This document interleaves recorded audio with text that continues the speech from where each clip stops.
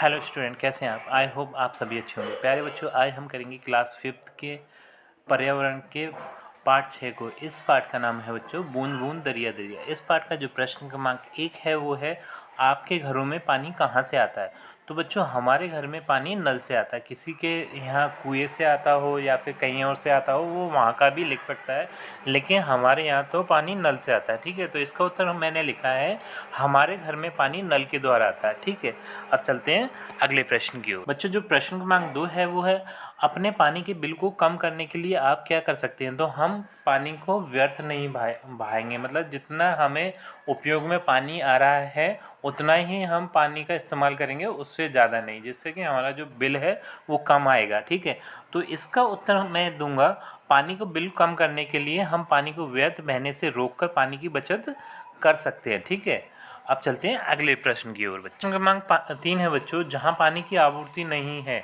पाइपलाइनों के माध्यम से, वहां कॉलोनियों में पानी कैसे उपलब्ध कराया जाता है।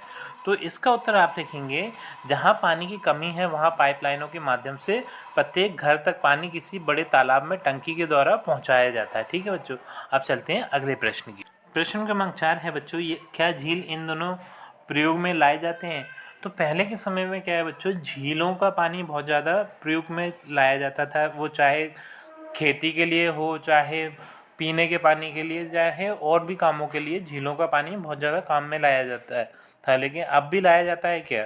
तो वो इसका उत्तर आप लिखेंगे वर्तमान में झीलों का प्रयोग पीने के पानी के लिए कम किया जाता है। मतलब पहले बहुत ज़्यादा प्रयोग इसका पीने के पानी के लिए किया जाता था, लेकिन अब इसका प्रयोग पीने के पानी के लिए कम किया जाता है।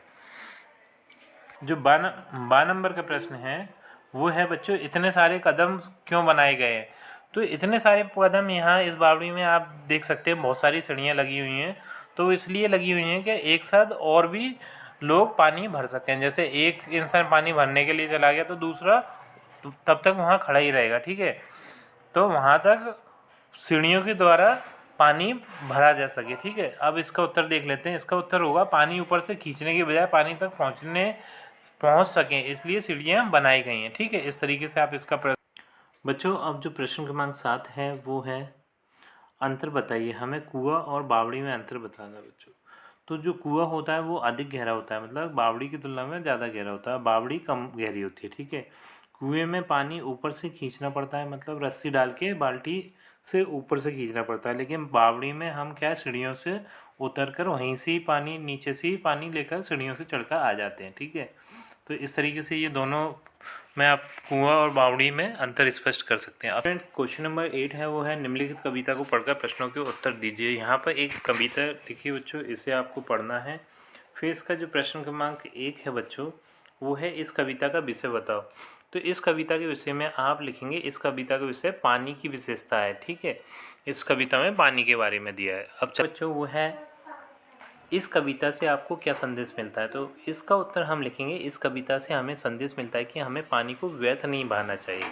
ठीक है, क्योंकि जो पीने योग्य या फिर इस्तेमाल वाला पानी है बच्चों वो एक बहुत ज़्यादा लिमिटेड मात्रा में, इसलिए हमें उसे व्यर्थ नहीं बहाना चाहिए। ठीक है बच्चों, प्रश्न क्रमांक 9 है बच्चों, वो है निम्नलिखित बर्फीली में जल के स्रोतों को ढूंढ कर लिखिए। जैसे कि यहाँ इन्होंने एक दिया है नल।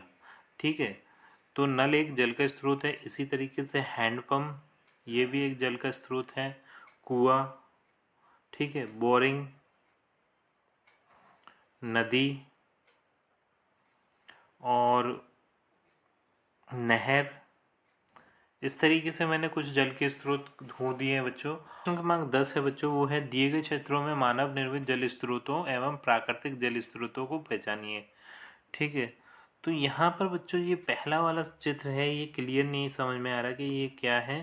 ठीक है, लेकिन जो दूसरा वाला चित्र है ये मानव निर्मित जल स्रोत है। ये क्या है, हैंडपम्प है। ठीक है, तीसरा है ये ट्यूबवेल है, ये भी मानव निर्मित है। ठीक है, और ये कुआं, ये भी मानव निर्मित है। बावड़ी, ये भी मानव निर्मित है। ठीक है, लेकिन हम कहें कि ये जो मैं कलर चेंज करके आपको बता देता हूँ, ये समुद्र है, ये मानव निर्मित नहीं है, ये प्राकृतिक है। और इसके नीचे ये एक नदी है, ये भी मानव निर्मित नहीं है, ये भी प्राकृतिक है। ठीक है बच्चों, तो इस तरीके से आप मानव निर्मित और प्राकृतिक जल स्रोतों को अलग अलग कर सकते हैं बच्चों। तो बच्चों इसी प्रश्न के साथ हमारी ये वीडियो कंप्लीट होती है। आई थिंक ये वीडियो आपको अच्छे से समझ में आई होगी। यदि वीडियो आपको अच्छे से समझ में आई है बच्चों, तो वीडियो को लाइक कर दीजिए, चैनल को सब्सक्राइब कर दीजिए। आपसे मिलते हैं अपनी अगली वीडियो में।